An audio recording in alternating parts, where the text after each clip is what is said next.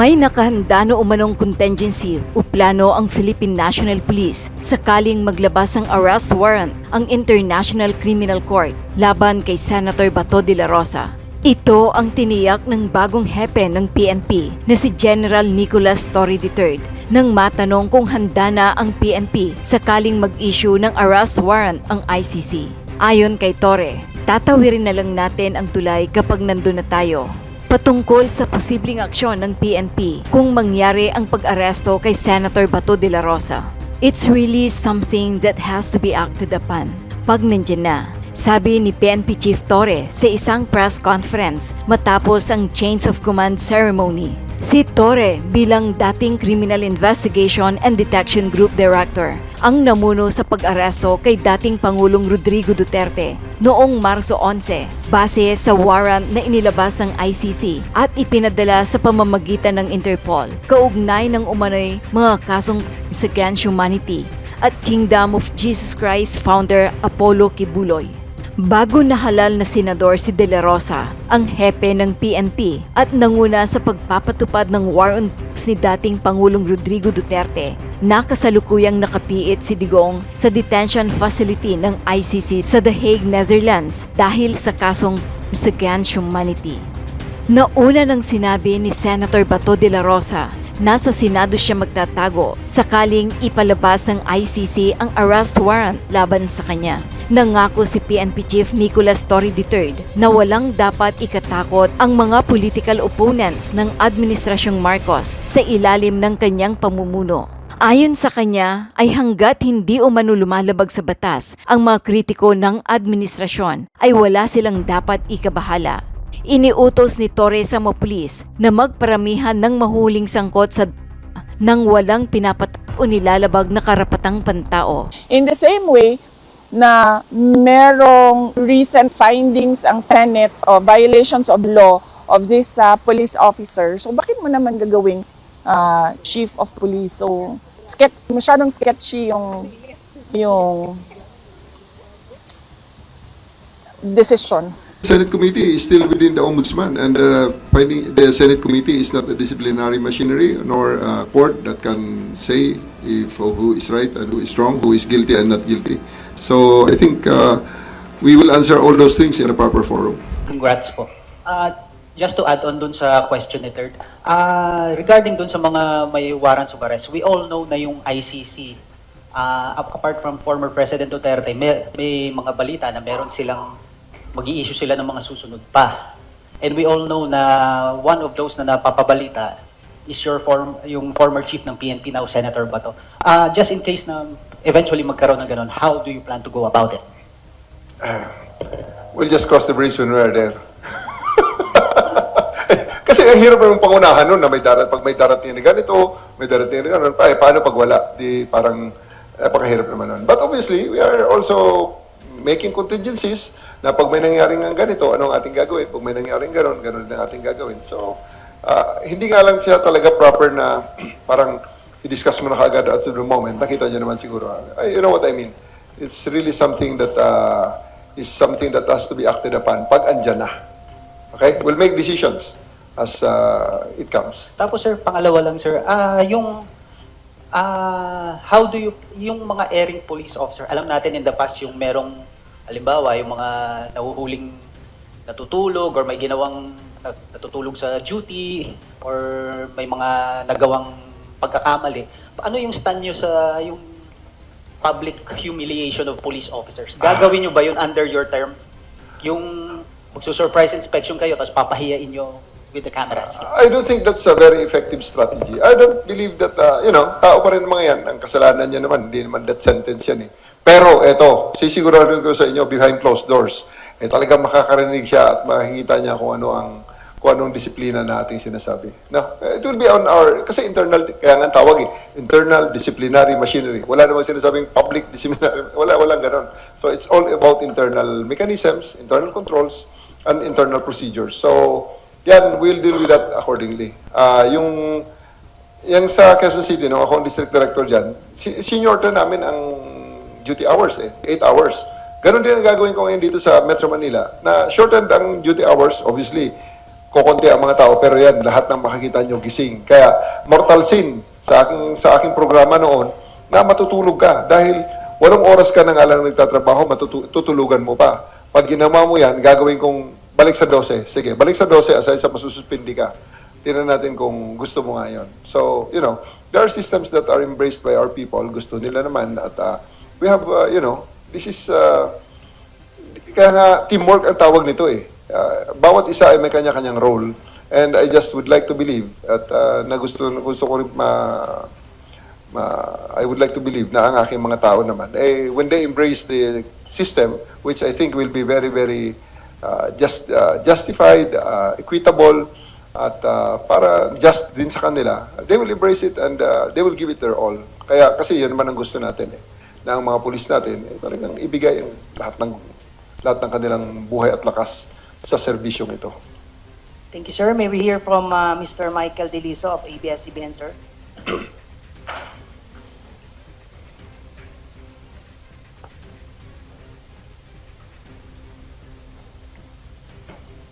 Hello. Hi, sir. Balikan ko lang, sir, yung sinabi nyo na magkakaroon ng metric ulit na paramihan ng pag-aresto. Paano po natin matitiyak na mapoprotektahan po yung human rights? Hindi po kasi porke ay buhay yung tao, masisigurado na natin na walang paglabag sa human rights. So paano po natin masisiguro po na andyan pa rin po yung human rights ng mga accused po? Well, obviously, buhay ang tao. Kukuha ng abogado yan. Alam nila kung paano depensa ng sarili na sa human rights in terms of their human rights. At yun nga sinasabi ko, na ang ating Internal Affairs Service will always be open sa mga reklamo ng ganyan, paglabag, pag-abuso, yung mga pagmamalabis sa tungkulin. Natural yun na huhulihin ka kung ikaw ay nakita ng pulis na meron kang, may nakitang basehan ng pulis ng pag-aresto. Andyan Andyan. May rule sa warrantless arrest. When you are doing a crime, when a crime has been committed, or a crime has just been committed at may feeling ng pulis ay may probable cause siya, huhulihin ka niya. Natural, wala namang umaamin ng kriminal, di ba? So, sasabihin nila, hindi, walang probable cause ang pulis. Hindi na natin pag-awayan sa kalsada yan. Pag-awayan natin sa loob ng internal disciplinary machinery, magreklamo ka sa IAS, papakinggan namin ang inyong mga hinaing. Iimbestigahan namin ang inyong sinasabing pagmamalabis o paglabag sa inyong karapatang pantao, and you can choose the forum where we will bring it. We can bring it to the pleb. We can bring it to the NAPOLCOM. Kasi ang NAPOLCOM talagang katuwang at kapartner natin yan. Andyan si Attorney Ralph Calinisan na katuwang natin na maghuhusga kung nagmalabis ang pulis o hindi. Dadalhin namin siya kay Attorney Ralph Calinisan at si Attorney Ralph Calinisan ang magsisintensya sa kanya. Sir, isa pa po, you are highly regarded po sa pag-aresto po sa mga high-profile cases. Meron pa po tayong isa, yung sa warrant of arrest na in-issue ng Pampanga Court over human trafficking doon kila Cassandra Ong and Harry Roque. What's your mandate on this? And ano po yung mensahe nyo sa kanila? Over 51 na kami. May 49 pa. Kaya medyo mahaba pang labanan to, mahaba pang trabaho pa. As of yesterday, nung isang araw, 2 weeks ago, nakuha natin yung isa, pangalawa, nakuha natin yung pangalawa, 2 days ago. Kaya 2 over 51, may 49 pang natitira. So I just really, I would like to say na this is a case, a valid case, pending before our courts. Abogado naman si Harry Roque, harapin niya. Kasi ito yung kaso na hindi mo na pwedeng dalhin sa kalsada o para rally. You really have to come and submit yourself to the jurisdiction of the courts and make your case and give your arguments regarding your case. So, I think it is but prudent for the other accused to just surrender themselves. May 2-3 kaso kasi ito Ang iba naman is bailable naman So, just surrender yourself to the court, come to the jurisdiction, post bail so that you can prepare for your defense. Ngayon, sa mga talagang yung sa human trafficking na warrant, di pasensya kayo, talagang Nobel recommended yan dahil napakabigat ng kaso na yan. Hindi yan ordinaryo na parang 1 o 2 lang ang naging biktima dyan at hindi lang kung ano-anong mga kaso-kaso yan. It is a very serious problem. It is a very serious case that they have committed and it was already established by the prosecution service that a probable cause is sufficient. So that information will be filed on them in the proper court. And the court was convinced of the information. That's why they issued the warrant of arrest. Sir, singit ko lang po. Kumusta po yung plano na makipag-coordinate tayo sa Interpol on Harry Roque po? Standard naman yun. This is a whole government approach. The DFA is canceling his passport and the other accused so that they will not be able to travel freely at sila ay maibalik dito sa bansa. So, Interpol is just one of the many mechanisms that we can use and we can harness, we can tap para sa pagbabalik dito, sa repatriation niya rito sa Pilipinas. Thank you, sir. May we hear now from Mr. Jun Veneracion of GMA7, sir. Chief, congratulations. Unang-una po, doon po sa 3-minute response time ninyo, ano po magiging policy nyo in dealing with commanders who will fail to comply with that policy, yung 3-minute response time? At in the same manner, ano rin naman po ang gagawin doon sa mga commander na magagawa ng maayos yung direktiba ninyo, Chief? Alam nyo, I'm very, very lucky that I come in a time na napakarami ng mga qualified commanders. So, napakarami ng qualified commanders. Ang mga nasa middle level natin ngayon, ang isang klase o isang batch na nagsasabay-sabay, 300, 400. So, I would like to tell my people to give your best because kung hindi nyo kayang gawin pag hindi nyo kayang gawin ang misyon, may papalit sa inyo na magsusubok din na gawin ang misyon. So, everybody should be in their toes because the standards will always be set by the Chief PNP. And I want them to be better than me.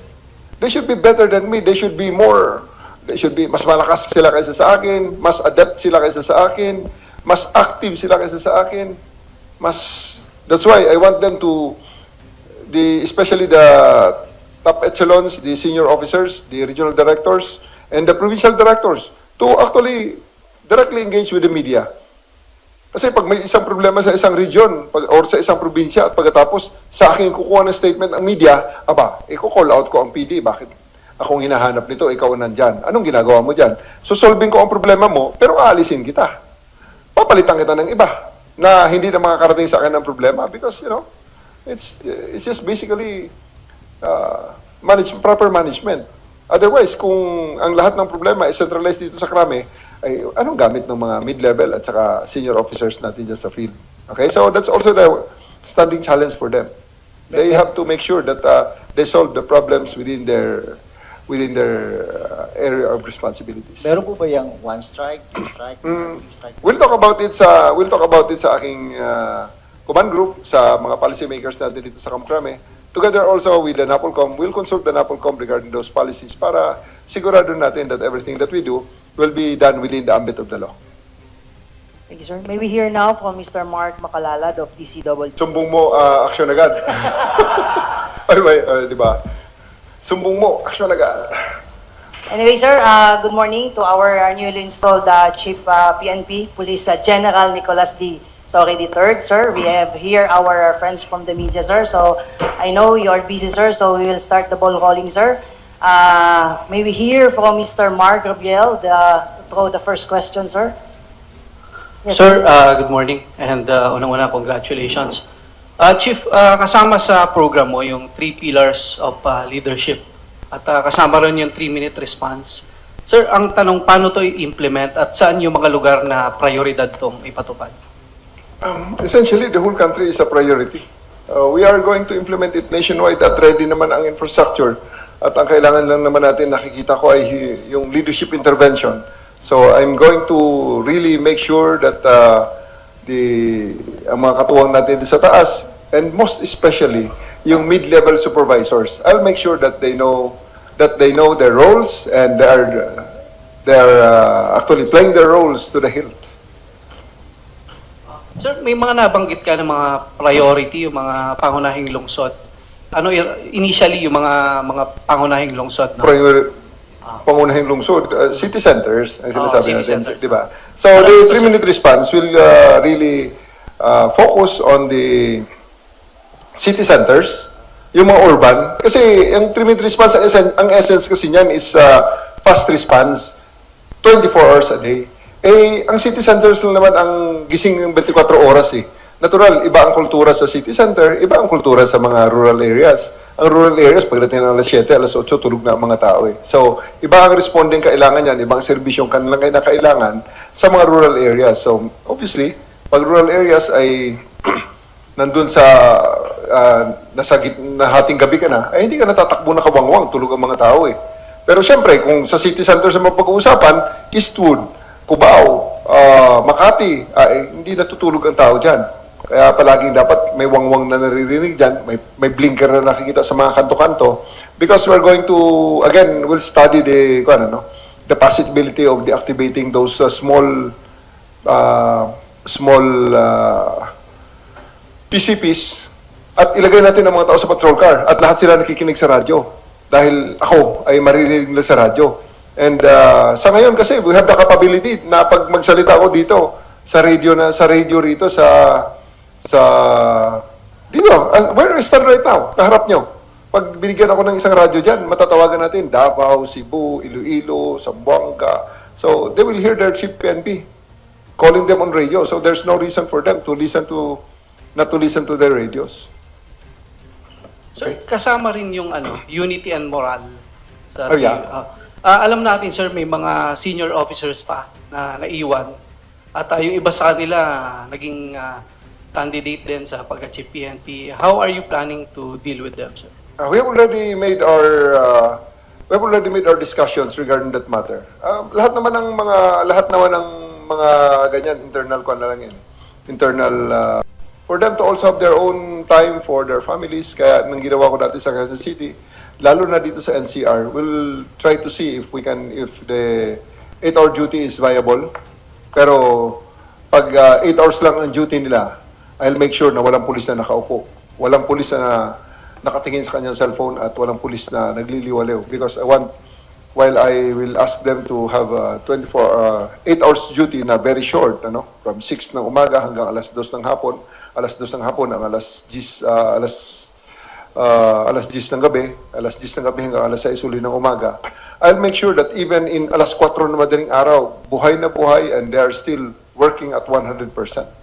So, shorter hours, pero we'll ask for quality. Ginawa ko na dati sa Quezon City and I intend to, again, do it and try to study it if it can be replicated in NCR and the major city centers, yung bang mga cities that never sleeps. Thank you, sir. May we hear now from Ma'am Leia Ilagan of UNTV. Morning, sir. Congratulations. Thank you. Sir, inutos din bukod sa utos ng Pangulo na police visibility, maramdaman ng taong bayan, inutos niya rin po yung paglaban sa illegal. Bukod sa mga high-value target, kailangan din daw yung mga nasa street. Sir, paano po, ano magiging mandato mo sa mga police natin sa ground? Kasama sa metrics natin ang number of arrest. Paramihan. Sige. Paramihan. Kung noon ay, make sure that everything that we do are within the ambit of the law. No? Aresto. Kaya kanina sinabi ko magtaas kayo ng kamay sa judge. Kasi kung talagang magaling kang pulis, hindi ka papayag na yung kriminal na yan, they're going scot-free. And there's only one way of doing that. Arestuhin mo sila, dalhin mo sa husgado. Dadaan ka sa piskalya, taas mo ang kamay mo, sasabihin mo, ito ebidensya ko, kumbinsin mo ang piskalya. Those are the things that primarily will be the metrics of performance of individual policemen. No? Sir, hindi kaya maabuso naman din ito dahil baka yung iba, dahil sa paramihan, ay mang-aresto na kahit itinuro lang at walang sapat na batayan? Yan ang ating napakagandang tanong. Tandaan natin, yung mga tao na inaresto mo, hindi mo binaril, hindi mo pinatay. Buhay yan. Andyan ang human rights. Andyan ang media. Andyan ang mga abogado. Ay pag magreklamo yan, dito ka naman babalik sa loob ng internal disciplinary machinery. Andyan ang Internal Affairs Service, iimbestigahan, titingnan kung tama ang iyong ginawa. Okay? Pero huwag sila mag-alala. I'm directing the legal service to provide them with the lawyers that will defend them kung may mang-aasunto sa kanila. So, legal service will be providing them with legal assistance. Yun naman ang metrics ng aking mga abogado dyan sa legal service. Paramihan naman ang panalong kaso. Depensahan nila ang mga pulis. Pag gumawa ang pulis ng trabaho niya, natural ho yan. Ang pulis kasi, I would like to believe na most of the time, kalahati talaga ng mga partidos na pinapakialaman ng pulis ay galit sa pulis. Kalahati ay masaya. Bakit? sino naman ang masaya na pinusasan mo, dinala mo sa kulungan? Siyempre, ang mga partido sunod galit, maghahanap ng butas sa'yo, kakasuhan ka, asuntuhin ka, natural yun na reaksyon. Okay? Buhay ang ating mga tinitingnan dito, ha? Hindi yung mga binaril natin at hindi yung mga kung ano-anong mga pinagagagawa natin na hindi na makadepensa yung mga tao. So, right now, metrics natin is aresto. At ang aresto, ibig sabihin, buhay ang tao, dadali mo sa husgado. Kumbinsin mo ang piskal. Ngayon, siguraduhin mo tama ang ginawa mo. Sapagkat pag sinabi ng piskal mismo na illegal ang aresto mo, problema na yun. Dahil pag dinala ka sa Internal Affairs Service, dinala ka sa NAPOLCOM, dinala ka sa PLEB, may kalalagyan ka rin. So, may check and balance ang ating mga sinasabi niyong abuso. Sir, alam natin na ang mga nakakakilala doon sa mga offenders, sa mga barangay, ay yung mga barangay official mismo. Malaki ang papel ng BADAC. Sir, Yes. makikipagtulungan pa rin ba ang PNP? Dire-diretso ba ito sa ano? Yes, wala naman silang magawa na, kami ha, wala naman kaming magawa na, kundi talagang natural course of things, alyansa ka sa mga barangay, makikipag-tie up ka, bibisita ka dyan sa barangay. Kasi paano ka makapanghuli kung wala ka namang alam? Papasok ka lang dyan, tapos randomly manghuli ka dyan. Hindi tatagal ang karir mo sa PNP. Either matatanggal ka, or masususpindi ka, or talagang wala kang ma-accomplish kasi wala kang base data, which tama ang source, ang sabi niyo, Ma'am Leia, na magagaling sa mga barangay. Thank you, ma'am. May we hear from Ma'am Third Ann Malonzo of Sunstar. Sir, good morning po. Congratulations again. Sir, naging mas matunog po yung pangalan nyo itong mga nakaraang buwan dahil dun sa mga high-value arrests na kayo po ang nag-lead. Ano pong, under your watch, sir, ano po yung magiging strategy ng PNP sa pag-aresto pa ng mga wanted criminals? Meron tayong dating Bucor Director, Bantag, and dun sa human trafficking pa, sir. Ano pong magiging strategy ng PNP under your watch? All out naman tayo dyan sa ating operations against wanted persons. Talagang tuloy-tuloy tayo dyan at matter of time before we get them, we'll re-examine the base data that we have, kung ano ang mga alam na natin about sa kanila, at tututukan natin yan. We are really very committed to ensure that these people hiding from the law will be brought to justice at talagang ipabalik natin sila within the bounds of the law. Sir, sa internal cleansing naman, sir, paano nyo po lalabanan yung mga tiwaling pulis sa inyong pamumuno? Yun lang po. Thank you po. Nandiyan naman ang internal disciplinary mechanisms. We just would like ang ating mga kababayan, kung may nakikita kayong mga hindi tama na ginagawa ng ating mga pulis, andyan ang Internal Affairs Service. We are going to strengthen at talagang ifo-focus ko ang Internal Affairs Service sa investigation and prosecution. Investigation and prosecution talaga, so that when they find probable cause, when they find enough evidence for sa pre-charge investigation to elevate the case to summary hearing, ay dadalhin namin sa NAPOLCOM at doon namin ito try sa NAPOLCOM. So, we'll make sure that everything, professional standards basically ang pagtingin ko dyan. So, may regulasyon tayo on how things are to be done and may regulasyon tayo on how things are supposed to be. So, any deviation from those standards and regulations, especially dun sa ating 2016-002 na regulasyones, we will deal with it accordingly and in accordance to the books. In accordance to the books. Thank you, sir. May we hear now from Sir Manny Tupas from Philippine Star. Hi, sir. Good morning. Hi sir, good morning. Congratulations po. Sir, core pillar number 2 yung accountability and modernization. System, palakasin yung investigative tools. What needs to improve sa PNP? Do you plan to procure additional body camera since magkakaroon tayo ng metrics ng paramihan ng huli o kung hindi man body camera, ano po yung nakikita nyo na dapat maidagdag pa? Well, as of the moment, I'm very, very grateful sa legacy na iniwan ni General Marbil. Napakarami ng mga procurement na ginawa namin during his time at napakagaganda ng mga teknolohiya na ating ginagamit sa ngayon. So, first and foremost, before procuring new equipment, before spending on equipment, we will make sure that the current equipment that we have will be maximized to the fullest. No? Kaya andyan yung ating mga regional directors ngayon. Bukas, at yan sa ating likuran, ang mga katuwang ko na mga directorial staff. especially the Director for Operations and the Director for Intelligence, who will make sure na si General Salvador sa Operations, si General Lopez sa Intelligence, will make sure that everything, all the infrastructure that we have will first be maximized. Andiyan ang body camera natin. We want 100% utilization of the body camera. We want to make sure that 100% ang utilization nito mga radios natin, ang communication equipment natin. Tapos, yung mga nandyan sa ground na mga equipment na owned by the local government will also be harnessed. Like sa maraming mga cities and jurisdictions, may mga CCTV, including the MMDA. So, kasama yan sa ating mga priority na matap muna bago tayo mag-procure ng panibagong mga equipment. Sinabi niyo kanina na target yung palakasan yung relationship ng police sa community. Ay ang tao hindi dapat pagpasapasahan, PNP dapat yung sumbungan. Paano po yung plano nyo dito? Kasi several PNP chief na, no, na dumipas, lagi yung plano talagang ilapit yung community sa PNP. So what will be the difference this time? Well, at the outset, yung ating kasing sinasabi na metrics ng mga huli-huli na yan, natural yan na ang pinakagagawin ng pulis yan, even without them telling them, it goes without saying that they have to really closely coordinate with the barangays and the local government units para sa base data ng information kung sino ang mga loko-loko dyan sa community na dapat nilang i-intervene, sino ang mga dapat hulihin at ipakulong, or sino dyan ang mga dapat hulihin at dalhin sa rehabilitation.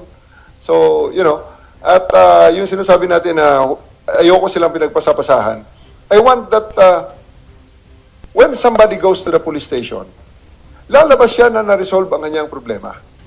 Okay? Kung yan ay hindi kayang resolusyonan ng police station, like nakita ng police, ay hindi ho namin problema yan kasi hindi ho concern ng police yan, ay DSWD ho yan. Ang gusto kong gawin ng police yan, sakay po kayo sa patrol car, dadali namin kayo sa DSWD, i-endorse po namin kayo doon sa DSWD. Ito po, DSWD po. Nandito na po tayo sa DSWD. Sir, ma'am, from DSWD, ini-endorse po namin sa inyo ang tao na ito at pakitulungan niyo po. Kasi ang tingin namin, ang kanyang kailangan, ang kanyang concern ay DSWD. Hindi namin sasabihin sa kanya na, hindi ho namin trabaho yan. Pupunta po kayo doon sa ganitong ahensya. Hindi ho po pwede yan. Okay? Unless sasabihin ng tao, sige po, kaya na ho namin na pumunta doon at kami na hong bahala. Okay? Because not everything that goes into our doorstep sa PNP, sa mga police stations natin, ay talagang nare-resolve or within the ambit ng Philippine National Police. Baka hindi misinform lang ang mga tao na pumunta ron, hindi naman pala talaga trabaho ng police, kundi some other agencies. In that case, ang kailangan gawin ng pulis, ang pulis mismo ang maghahati doon sa ating kliyente, doon sa ahensya na makakatulong sa kanya. So hindi natin siya pinagpasapasahan na punta kayo rito sa ganito, punta tayo sa ganito. In the same manner na ganito ha, ito, sasabihin ko na agad, liwanagin natin, alam ko nanonood yung mga lower units natin. May nag-report sa inyo sa isang istasyon at nangyari sa jurisdiction ng kabilang istasyon. Ay, wag na wag niyong gawin, mga kasama sa PNP. Wag na wag niyong gawin, ay, Station 14 po yan, Station 12 po kami, punta po kayo sa Station 14. Pag may gumawa sa inyong pulis yan, text nyo ang crack. Yung i-report nyo sa 911, gamitin muna natin yung 911. Lalagyan namin ng option niya na for other kinds of reports, press this. Kukunin namin yan, alamin namin kung sinong pulis niyan, i-retrain natin, asuntuhin pa natin kung nakakita namin kapabayaang malaki. Kasi ang dapat gawin, kung ikaw, ay, Station 12 po ito. Area po ng Station 14 yan. Sandali po, sakay po kayo sa patrol car, ihatid namin kayo doon. Yun ang gusto kong gawin nila. Never na yung pasapasahan, punta ho kayo doon, bahala na si Magellan. Hindi pwede yun. Okay? Thank you, sir. Same goes with yung mga boundaries kasi di ba may mga boundaries sa cities. Totoo po yun, Chief, kadalasan nangyayari na pag may nagsumbong talaga na napapasa. So same goes with the boundaries. Goes with everybody from substations to police stations, to cities, to probinsya, to municipalities. It goes without saying na lahat sila ay dapat oras na may lumapit sa kanila, hindi nila bibitawan unless na merong tamang resolusyon na ibinigay ang pulis doon sa problemang yon. Okay? Thank you, sir. May we hear now from Sir Patrick De Jesus of PTB4. Chief, good morning po and congratulations po. Baka lang po sir, may mensahe kayo dun sa mga bashers po sa inyo pong pagkakatalaga bilang PNP Chief. At sinasabi nga raw po nila, ay ito raw po ay part of reward sa inyo. You know, this is a free country. Kaya nga, yung mga bashers natin, natural yan. They are welcome to voice out their opinions, air their criticisms. Walang problema yan. Tanggap natin yan at tayo natutuwa na may feedback tayong nakukuha sa ating mga kababayan. Isa lang naman ang reminder dyan, just like goes for everybody, it goes to you and me, na we have to do it within the ambit of the law, within the bounds of the law. And sa amin dito, dagdag pa sa mga pulis lalo, we have to do everything within the bounds of decency. Okay? We have to do everything within the bounds of decency. Siguro Chief, ano yung gagawin ninyo or ano yung ipapakita ninyo para mabago yung komento sa inyo ng mga tao pong ito? Wala naman tayo kasing control sa kung anong sasabihin nila sa atin. Always, sabi ko nga, ang pulis, di ba, pag magtrabaho tayo, 50% ng, parang judge din eh. May mga judges akong kaibigan na nakakausap eh. 50%, most of the time, 50% of the client is always not happy with the outcome. Kasi sino nga naman ang maging happy dyan? Isinintensya mo ng kamatayan yung tao, alam nga namang matuwa pa sa iyo yan. Di ba? So, lahat yan. Pero ang sa atin yan, kahit hindi sila natutuwa, dapat matanggap nila na ito ay kailangan at ang pulis ay tama ang ginagawa. Ngayon, kung despite all that, they will still criticize us, wala namang problema. They are always welcome to get their redress from other agencies. Kasi ang pulis naman, hindi naman and all be all yan. Hindi naman absolute ang power niyan. Napakarami ng disciplinary machineries at naman nag-exercise ng oversight functions sa PNP. Chief, panghuli na lang po, mayroon pang appointment ban dahil sa election period. Pero kapag natapos po yun, mag-expect po ba tayo ng reshuffle po, malawakang reshuffle po? Lalo sa command group. Well, yun nga sabi ko eh, everything, all the appointments that we are doing or will be doing will be merit-based. Kasi kailangan talaga, wala nang yung pabor-pabor, yung mga ganon. We have to be merit-based. There's a reason for every appointment na i-appoint natin ang tao na to because he can bring something, he is bringing something into the table. Hindi yung dahil kaibigan lang natin siya, o dahil class ganito lang siya, or dahil ganito lang dito siya nanggaling, hindi ganon.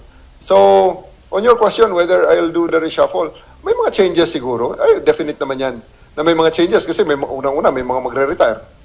Di ba? So, may mga konting direction tayo although we are still continuing on the direction left by General Marbil, may mga additional challenges na lumalabas dahil ito naman ay ibinigay ng ating presidente. May mga bagong direktiba which makes it imperative for us to adjust accordingly. So, on the positioning ng tao, meron siguro, may mga konti, pero it's not anything na earth-shaking na parang kagila-gilala sa pagbabago. Walang ganon.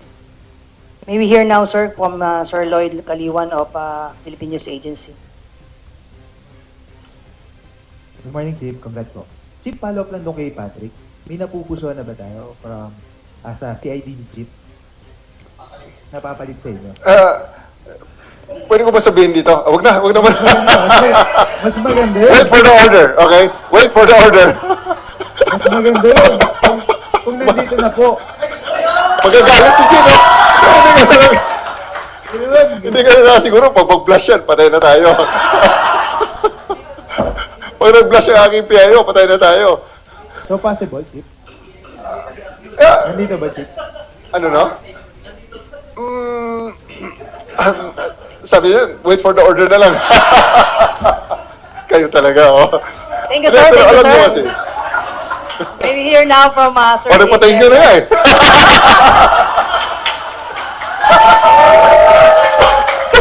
Wala ka. May we hear now, sir, from Sir Igniel Perosa, sir, of PCRA, sir.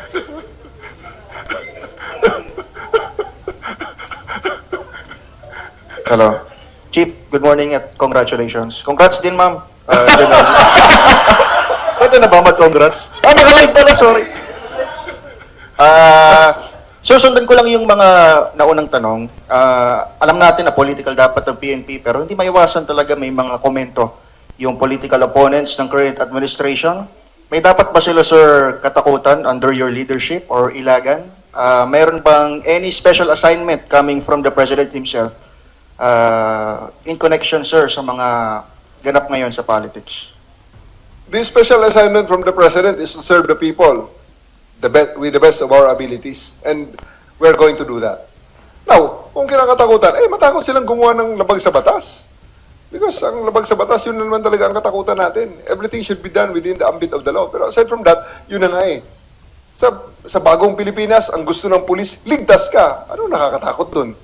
Di ba? So ligtas din sila, sir? Ligtas sila. Huwag lang silang gumawa ng mali, di ba? Kasi hindi sila makakaligtas. Sir, nabanggit mo kanina yung 911, tama ba? Gagamitin na rin natin yung 911 bilang hotline para sumbungan din ng airing cap, sir. I'll be talking to the company that maintains 911, the group that maintains 911, to add additional menu para yung reklamo na, sir, sabi ni General Torre, hindi kami pagpapasapasahan. Tingnan mo nga naman to. Nag-report kami sa ganitong munisipyo. Sabi daw, sa kabilang munisipyo daw yun. Pinapupunta kami ron. Kasi unang-una ha, kaya pumunta ang ating kababayan dyan sa munisipyo na yan or sa police station na yan dahil yan ang convenient sa kanila. Okay? Pag inipinasa natin sa kanila, pag ipinasa natin sila doon sa iba pang police station, baka makakaabala sa kanila dahil unang-una, kaya ka sila pumunta dyan dahil malapit. So, it will be imperative upon us because we are the Philippine National Police. We are not the police of a province. We are not the police of a region or just a station. We are the Philippine National Police. So, ibig sabihin, pag sila ay nakakontak na, may point of contact na silang napili at pumunta sila sa estasyong yon, Philippine National Police na yon. So, pag sila ay nangailangang dalhin sa ibang unit ng Philippine National Police, dadalhin sila ng unit na yon doon sa kabilang unit na yon. Ngayon, kung ibang gobyerno, ibang sangay naman ng gobyerno ang dapat puntahan, we are still part of the Philippine government under sa isang presidente. So, ibibigay natin ang ating mga kababayan, dadalhin natin, assisten natin na makarating doon sa kung saan ang ahensya na kanilang kailangan puntahan. Chief, last na lang po on my end. Bago lang ho kayo nag-assume, ang press release all throughout ay bumaba yung crime rate. Pero alam natin yung general sentiment, sir, I don't know kung sa social media lang, pero even yung mga foreign offices or yung mga embassies, sir, naglalabas ng advisories, warning their citizen na medyo mag-ingat. Ano ba, sir, talaga yung status ng ating peace and security and sa inyong liderato, anong magiging recalibration siguro para mas maramdaman ng tao, online man or sa reality, yung sinasabing wababang crime rate, sir, sa bansa? Yan ang current challenge talagang malaki ngayon. Ang possibility na kahit na ano pang sabihin natin ay pwedeng skew at magkakaroon ng ibang meaning. Pero sa atin naman challenge nga yan. Kaya nga challenge yan. Hahanapin natin solusyon. Kukumbinsihin namin kayo na bumababa nga ang crime rate at yun ay sa pamamagitan ng pagsigurado na ito ay inyong maramdaman, makikita at inyo talagang mas maisabuhay at makita nyo talaga sa inyong mga paligid na talagang you will feel safe, bumababa ang krimen, at talagang kayo'y mas matibasay ang inyong kalagayan kaysa sa yung mga sinasabi na there is a crime wave or what. Okay? So, bottom line dyan, kukumbinsin namin kayo based on our actions. Thank you, Chief. Congrats Salamat, po. sir. May we hear from Sir Francis Falbe of Billionaire News. Hi, sir. Congratulations. Yes, sir. Sir, follow-up lang po dun sa question ni Edniel. Sir, isa po sa solusyon natin na para maipakita sa international community yung safety is yung pag-enforce po natin ng police visibility sa PGC at saka sa iba pang area. Sir, does this work? Palagay niyo po, ito po yung maganda at konkretong solusyon para dun sa agam-agam na pinapakita po nitong itong South Korea, tapos yung Amerika at iba pang bansa na tingin po ay hindi ligtas sa ating bayan. Magandang challenge yung BGC. First and foremost, it is a private enclave, although may mga public roads din sa loob niya na dumadaan. Pero ang bottom line dyan is we have to hear and listen to the voice of the people. Kung anong sinasabi dyan na natural yan, makita natin, isinulat pa talaga ng mga embassies na may mga advisory sila. Kasi nga, yun ang naramdaman nila. Yun ang boses ng taong bayan. Yun ang challenge namin ngayon. Kung paano namin ma-overcome yan or paano namin masolusyonan, matugunan ang kanilang mga hinaing na yan. As to police visibility, yes. Kasi nga, ang isang gusto kong gawin nga, I'm really not a fan of PCPs. Ang paggawa ng mga PCPs. I really don't believe in those PCPs, police community precincts na nagiging tambayan ng pulis, okay? Ganun lang talaga yan. Ang bottom line dyan is that is a fixed structure na pag iniwanan mo, iba ang tingin ka agad yan. Kung maglagay ka ng tao dyan at any given time, may 2 tao, tinawag na magresponde yan. Aalis ang tao at magre-responde. For whatever reason, kahit na ano pang rason mo dyan, pag nadaanan ng media na itong PCP na ito walang laman, explaining ka na naman. Now, and I really don't believe na hindi ka ako masyadong naniniwala, generally sa efficacy ng ganyang, lalo yung mga police boxes. Because, ang mangyayari dyan is, maiiwanan at maiiwanan. No? That's why, rather than stay in a police box, I would rather have the police walk their beat. Hindi naman mahaba ang 8 hours. They have to stand on their beat. Kung gusto nilang magpahinga ng konti, pasok sila sa convenience store, bumili ng inumin nila, which yung mga police beats will be studying if we can give the support per beat in terms of pang-merienda, pang-maliit na mga allowances, small things, so that when they do their job, they don't have to pull out money from their pocket to keep for their upkeep, no? So if we cannot give them the support in kind, we will give them the support in finances siguro, para kahit saan sila makarating sa kanilang beat, habang sila naglalakad, may makita silang karinderya o sari-sari store, pwede silang kumain, no? And yun nga, unless na ang isang PCP ay mayroong investigation, yan ang susi dyan eh. Kung nag-iimbestiga yan lang ang mariretain. Pero kung ang PCP ay pag pumunta ka dyan, sasamahan ka sa responde at pagkatapos after that, dadalhin ka sa istasyon, hindi doon sa PCP na yun kasi wala namang investigador. I think yun ang mga candidates para sa deactivation, which we have done in Quezon City before, in 2005. Yung mga nasa mga gilid-gilid sa bangketa, wala eh. So, ang sa atin dito, ang mantra na gusto kong gawin dito, na aside from the police na visible sa kalsada, I would like to emphasize na gusto ko ang police na sa telepono ng mga tao. No?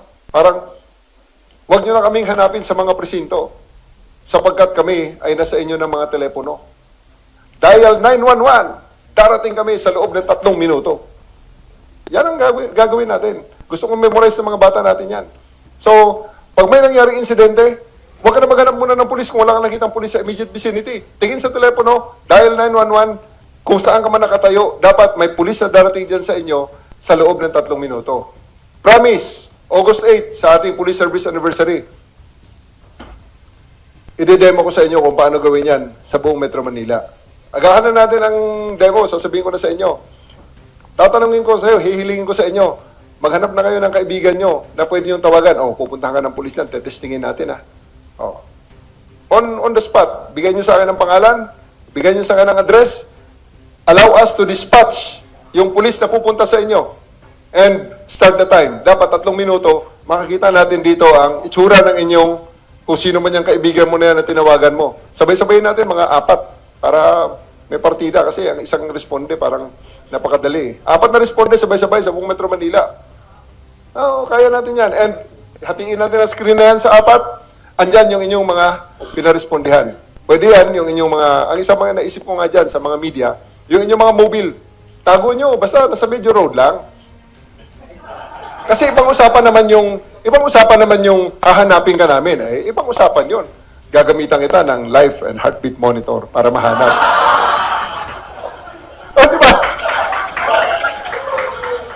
And for that, pag nagtago ka, mga 16 days.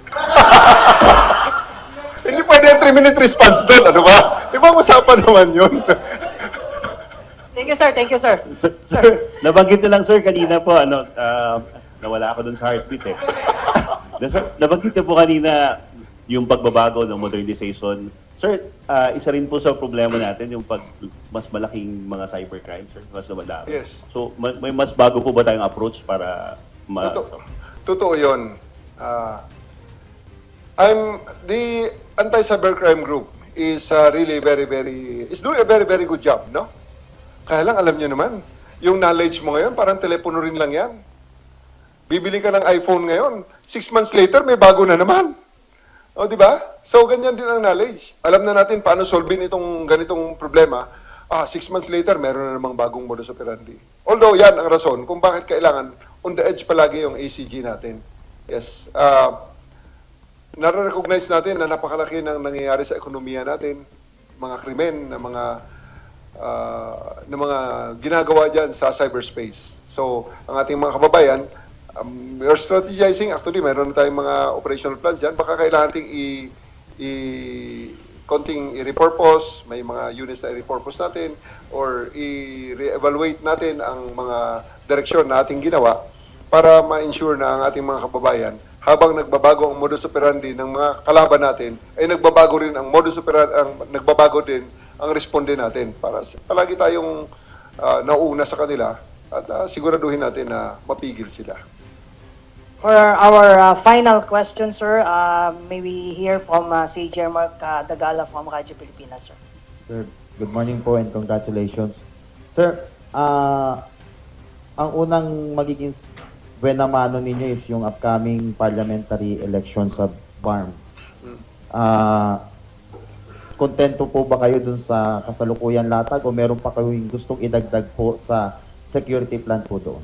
Well, andyan naman ang ating DO. I'm very, very confident na kayang-kaya ni General Salvador yan. As of now, nandyan naman kami sa preparation yan eh. We'll look at it and we'll ensure that it will be matatapos natin ang exercise na yan na gaya rin ng nakaraang eleksyon na peaceful, walang failure of elections, at mataas ang turnout at ang ating mga kababayan ay marinig natin sa kanilang mga balota at marinig natin ang hinaing nila at kung anong kanilang mga hatol at desisyon sa direksyon ng kanilang community. And last question ko po, the BICC is hoping na sana raw po masolusyonan na under your watch yung problema ng bansa sa illegal gambling. Ano po ang masasabi niyo po? Illegal gambling is as perennial as the grass. Talagang ang ating ang ating solution dyan is non-stop. We give no quarters. Wala tayong sinasanto dyan sa trabaho ng illegal gambling. Hahabulin natin ang mga yan. Kasi unang-una, we have to support yung ating legal, ang PCSO, ang PAGCOR, especially ang ating STL. Because it is the arm of the government that is intended to eradicate the illegal gambling so that kung ano man ang proceeds nitong mga gaming na to ay nagagamit natin sa ating mga outreach programs at sa iba pang mga pinagkakagastusan ng ating gobyerno na nakakatulong at nakaka-impact sa buhay ng ating mga kababayan. So, wala kaming sasantuhin dyan sa illegal gambling na yan at hindi natin titigilan kahit na totoo nga yan na simula noon hanggang ngayon ay nandyan ang illegal gambling. Pero I would like to believe na bumaba na ang incidents niyan dahil nga ang STL ay nandyan na. Okay. Maraming salamat sa ating mga kasamahan sa media. Bago natin tapusin po itong ating mahabang press briefing sa ating bagong Chief PNP, may we hear the final message of our Chief PNP, Police General Nicolas Torre III, sir. Thank you once again, General Jean Fajardo, sa press briefing na ito. At ako'y nagpapasalamat sa lahat ng ating mga friends sa media at sa ating mga kasamahan sa Philippine National Police for supporting me. And I would like to request for your continued support sa ating mga programa para sa ikabubuti at sa unlad at siguraduhin ang kapayapaan ng ating bansang Pilipinas.